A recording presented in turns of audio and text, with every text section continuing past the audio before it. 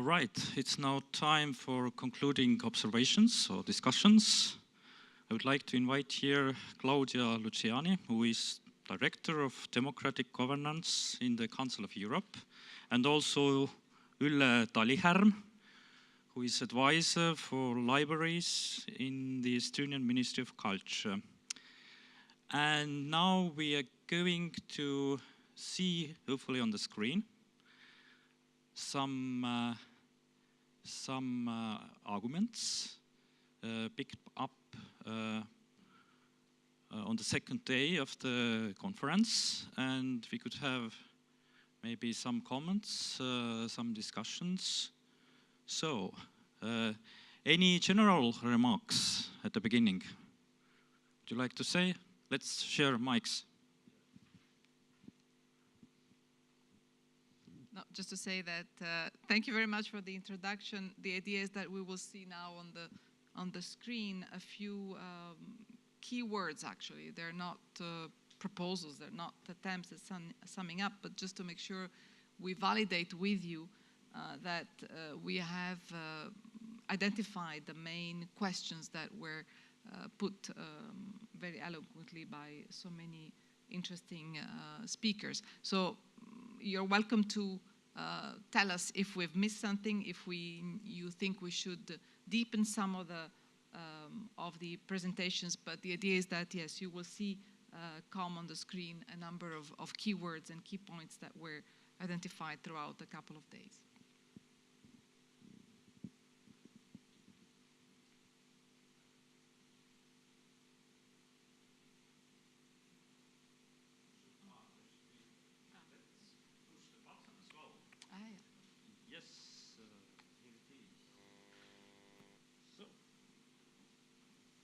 Okay, so oh good, each has a microphone. So the idea here is again to validate with you that, I don't know if they're in the exact order. This is already the second day. It doesn't really matter if they come, you know, as long as everything is there. So this, I guess, refers to the first panel. And here, of course, what was interesting was some of the discussions and even controversy about big data, the definitions, and how, in the way they relate to the cultural context, of course, whether, you know, the big data entry point for the discussion is the most appropriate. So this is why this first line appears on the screen. And also, we talked about strengthening our cultural network infrastructures in EU and also beyond by sharing big data. But also, we must at first agree what is cultural big data. So, any comments or additions on this would be welcome. This is meant to be, in case you didn't notice, to be a collaborative effort also with the audience. So we're, of course, grateful for comments or feedback. So raise your hands if you would like to say some words on those phrases here on the screen. Are you happy with that? No objections? No? Then maybe the second that came from the first and the second panel about understanding the skills and how the skills are involved in better targeting if we're about to plan policies and to understand what institutions and organizations have to do.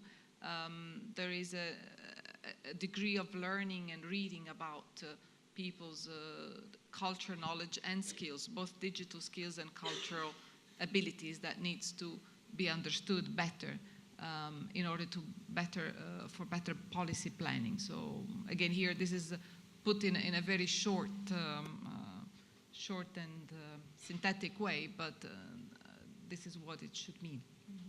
And we talked about that persons need both skills, also cultural and digital skills to overcome the gaps of understanding of the digital culture or culture as common good.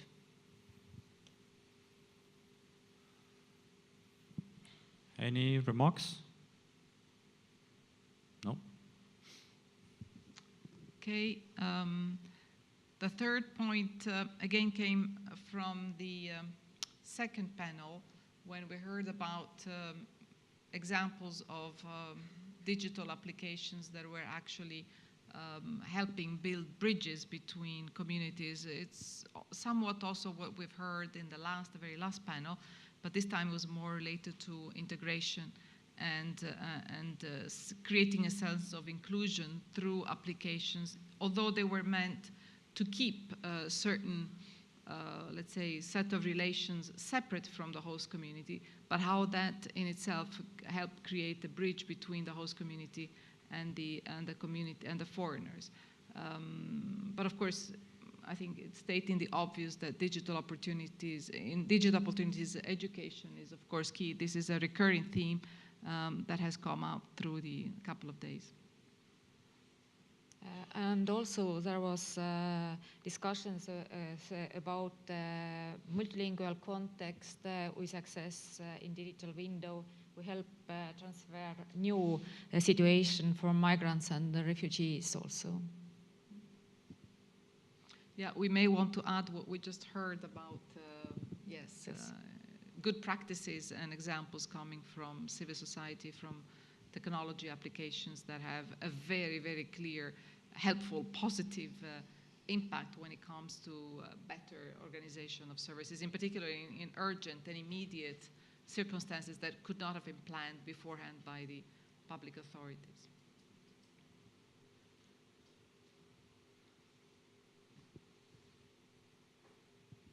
All right, let's go on.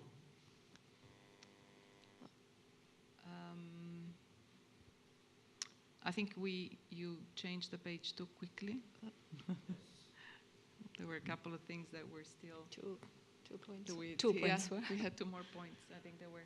No. No, this one? Yes, back. The first slide. Okay.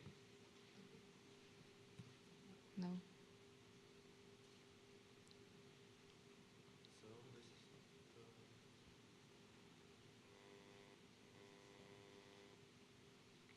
Google it out with the page.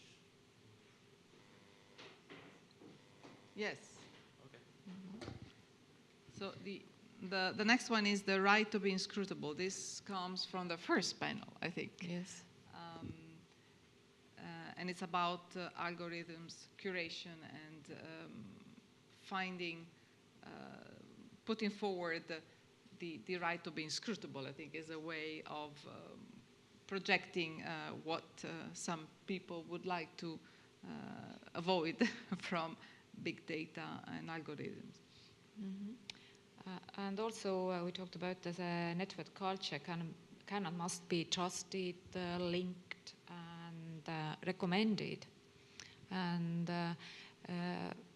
it is also a matter of big data about persons and how they use the culture.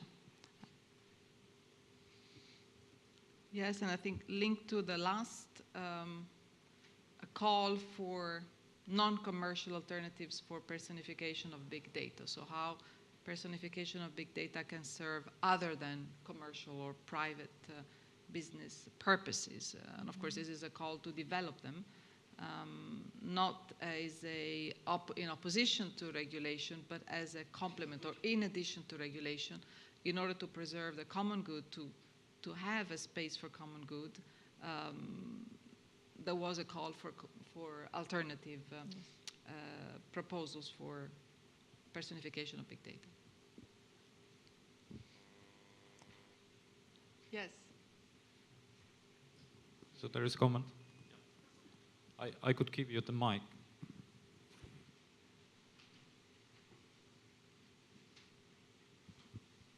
I just have a question or comment about the right to be inscrutable. I mean, it seems like a good idea, and I personally try to minimize, my online footprint and so on. But what is really the feasibility of implementing a right to be inscrutable at this point when our data streams are global and we have different global entities tapping into these streams and collecting, analyzing that data? And also coming from a scientific background, I actually value some forms of data because it allows us to make informed decisions about our society rather than the post-truth democracy we also heard about.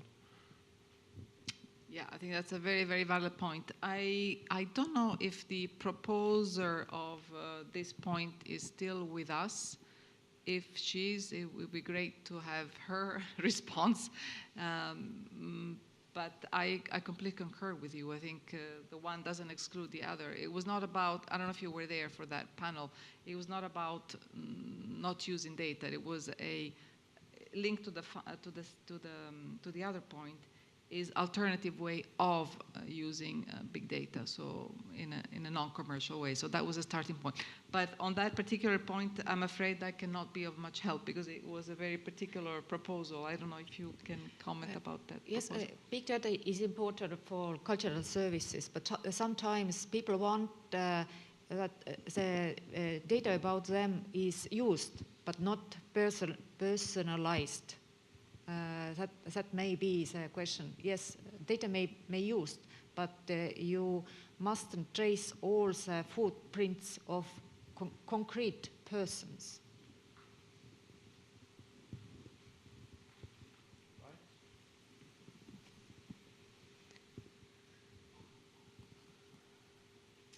Any other remarks? No.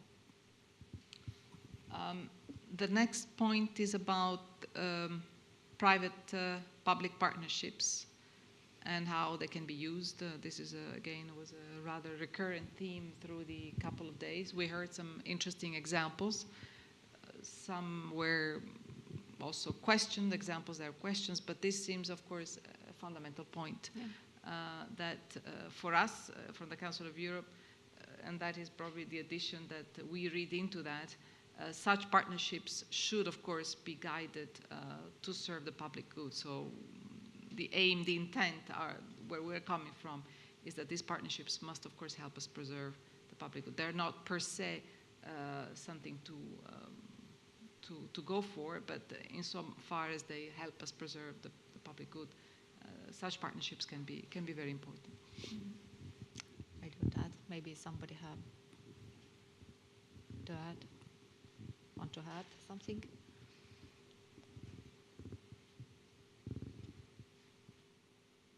There were some examples about language teaching and schools, although from what I understand, unless I'm wrong, none of the examples that we have heard have materialized into a real partnership or into a clear agreement between, for instance, the Ministry of Education of Estonia and linguists, or the other partnerships we have heard about, the other initiatives we've heard about in the morning. So that is obviously, there is still a long way to go with that particular form of collaboration. So, but it was felt to be an important point to mark.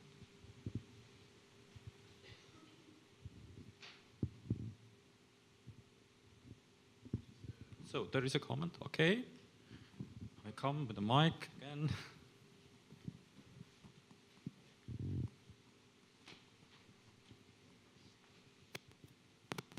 Thank you. It's a comment about the process. What do you really expect from us here? Is it to endorse those bullet points, or to rate them as which one would be the most important to be included in a kind of recommendation, or do we have to really go through all these points and give an opinion? What do you really expect from the audience there? Because I mean, it's a little bit difficult to know whether we have to react to any points in the discussion, or whether we have already some opinion on certain of those points. Thank you for this question. Maybe we should have explained it a little bit better. This is just to make sure we haven't missed anything fundamental. As you see, the way in which they're written, they're not in the form of recommendation. They're not yet elaborated for further action. For us, it was important as co-organizer at this point to make sure we haven't missed anything, that you're not going away saying, but why didn't they put this on the screen? So it's more of a validation, a feedback about validating the fact that we have identified the main points that came out. When it comes to further recommendation and elaboration, and you will see that features actually in the third dot, we would probably want to go towards, if the Council of Europe would want to work on a possible charter recommendation on that.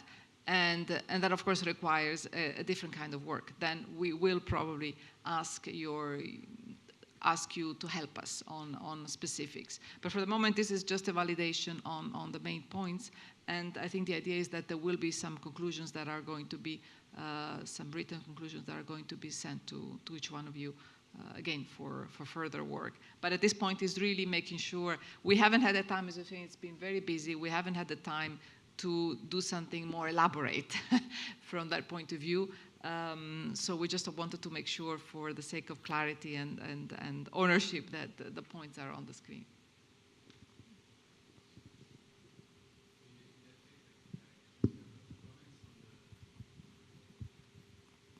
Not on the panel that we just had, but on the previous panel, I think that they touched a little bit upon the question of labor law and the fact that there is there is no trade unions representing artists or creators that are working for gamification and all these kind of issues.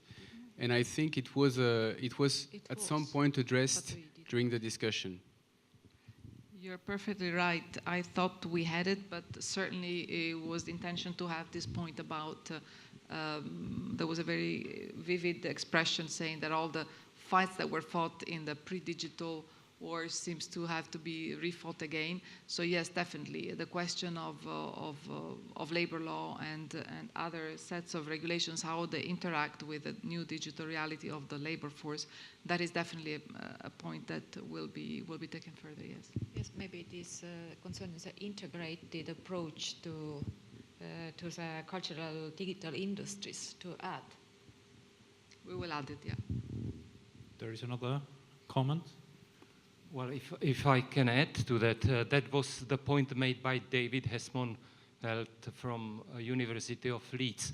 And the issue is issue of social justice. And I think it leads to a much larger point, that digitization, as we now see it, actually accelerated this process of rising inequality. I mean, there is already research on that. I think that's a point not to be missed. I think we can have something, although we will not pursue the work in the sense of searching for inequalities, because we are aware, of course, that these exist. But we should mark that as an important contribution from these couple of days. This question, as you said, about is the digital widening or reducing the gap, the inequalities? It's a question. We didn't debate it, but it is definitely a question that is worth keeping in mind for sure. Yes, it came. You're right. It came from the panel. Of this one. The point number 2 is meant to capture the discussion about the role of the artist and what kind of artist private partnership or private business relationship there should be. This was the point introduced by our friend Gerfried today in the morning. Unfortunately, I don't think there was enough time for him to go through with the whole argumentation, but that point is meant to capture that debate about the role of the artist and businesses. I don't know if it's if that partnership creates is enabling creativity, but we just wanted to capture that important point about this relationship. But maybe, Gerfried, you meant to make it clear, because it's meant to put your contribution there.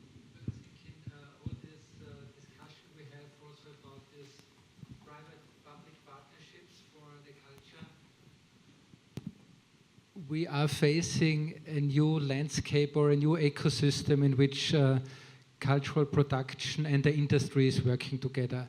So far, we mainly had the model where the industry, the business is sponsoring the arts or enabling artists to do their project. But in this digital technology, in the digital culture, we are more and more coming to situations where the contribution of the artists is of quite a strong value for the industry. It's really about the new area where that goes even beyond creative industries, where artists are producing creative products that can be sold on the market, into an area where artists become a kind of consultant collaborators with the industry to develop the products of the future, to create innovations of the future, and hopefully to do this in a more humanistic way. And I think it's a very controversial area, because many people in the arts are totally opposing it and say, you know, art should remain on the even almost subversive counterposition. But then again, it's an increasing reality, and I think it is something that has to be introduced in the discourse also, so that we are rather working on breaking down stereotypes and barriers instead of raising them. And I think when on the other side we are focusing on these private public partnerships, we have to extend this notion to the whole ecosystem between these two areas. Thank you.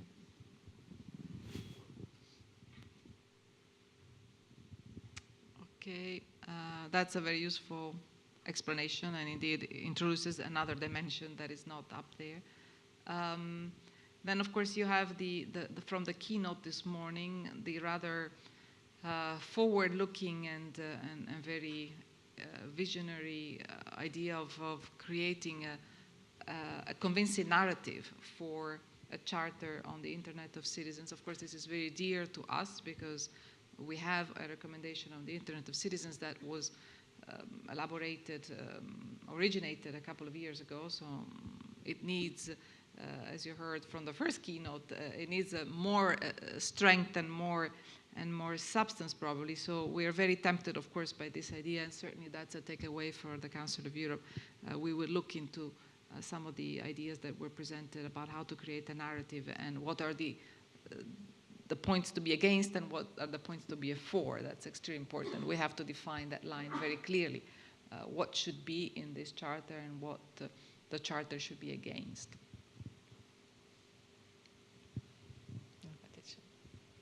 So that's a very, as I said, for the Council of Europe, this is a very important part of the discussions.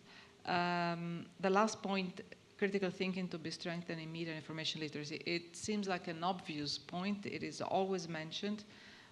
But I think this morning and yesterday we had some examples of how this can be fostered. Because one thing is saying we have to have critical thinking.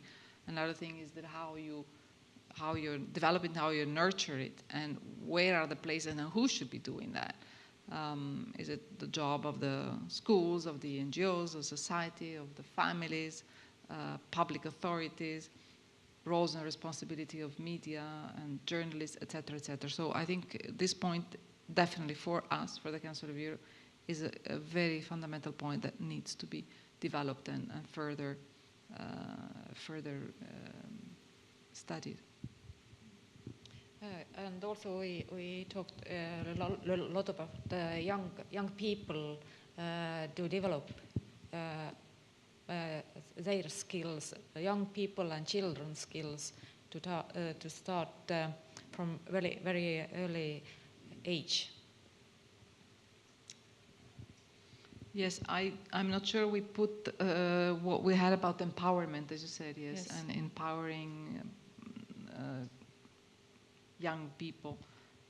But then empowering them, but making sure they have critical thinking. Yes. Because I guess that goes together, because there is a big risk that was heightened this today about the risk of having very digitalized, successfully digitalized young people that have no critical thinking whatsoever, and therefore can be easy prey to projects that are maybe not so humanistic after all. So in fact, this point about critical thinking and the point earlier on about understanding that some people may have digital skills but no cultural skills, that is probably the most vulnerable group in my view, and a group that definitely needs to be thought of with specific attention. So, any comments so far? Yeah, let's again.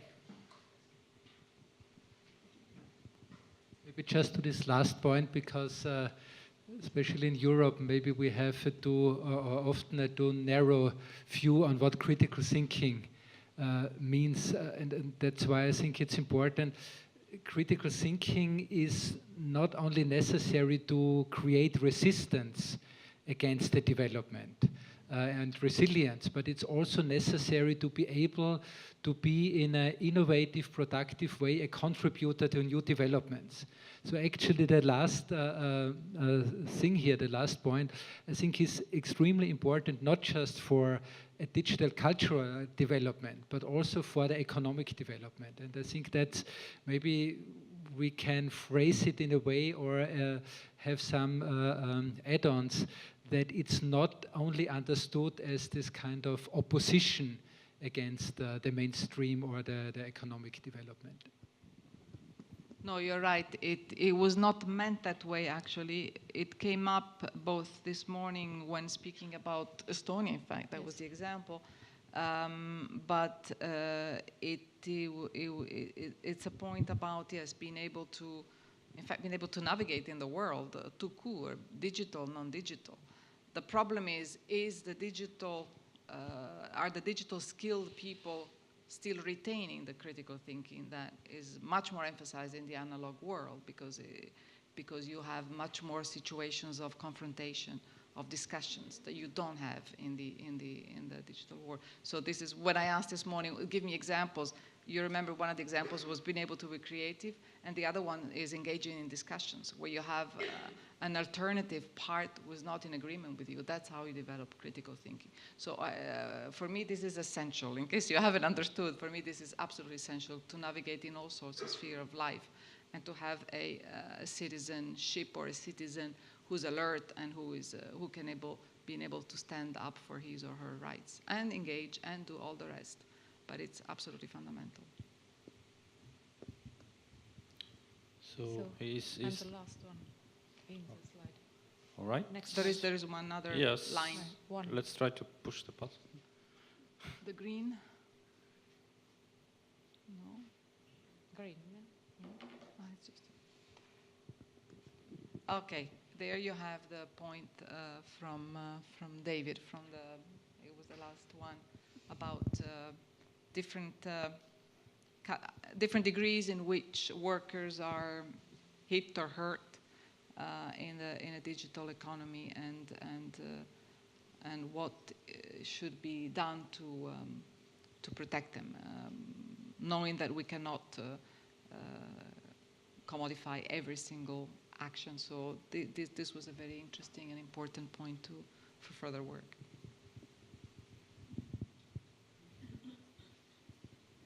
Any comments? No?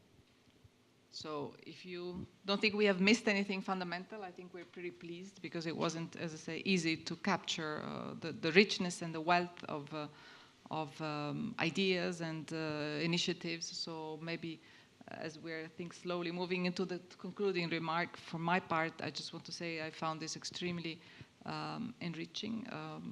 Lots of ideas. So from the Council of Europe perspective, I want to thank very much our partners, our host. It was impressive the way you chose and put together the panels, the topics, and of course the panelists who contributed. So it's not easy, because the topic can seem to be extreme. It is very wide.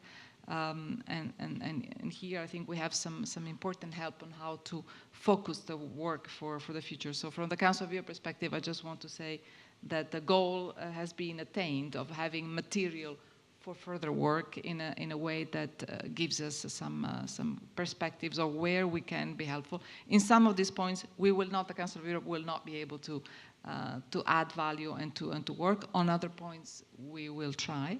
And I just want to say that, of course, we will engage in some further work. We will use technology to keep in touch and to make sure we continue to tap on your valuable experience and expertise, because for us the work is actually only starting on a possible set of guidelines or recommendation on some of these fundamental themes. So I just wanted to say that it was very, very, very useful and an important contribution. And also I want to thank Council of Europe, Tallinn University and all organizers of this event. What I want to say, in one of my last conferences, one presenter said, after presenting a very innovative platform, just said that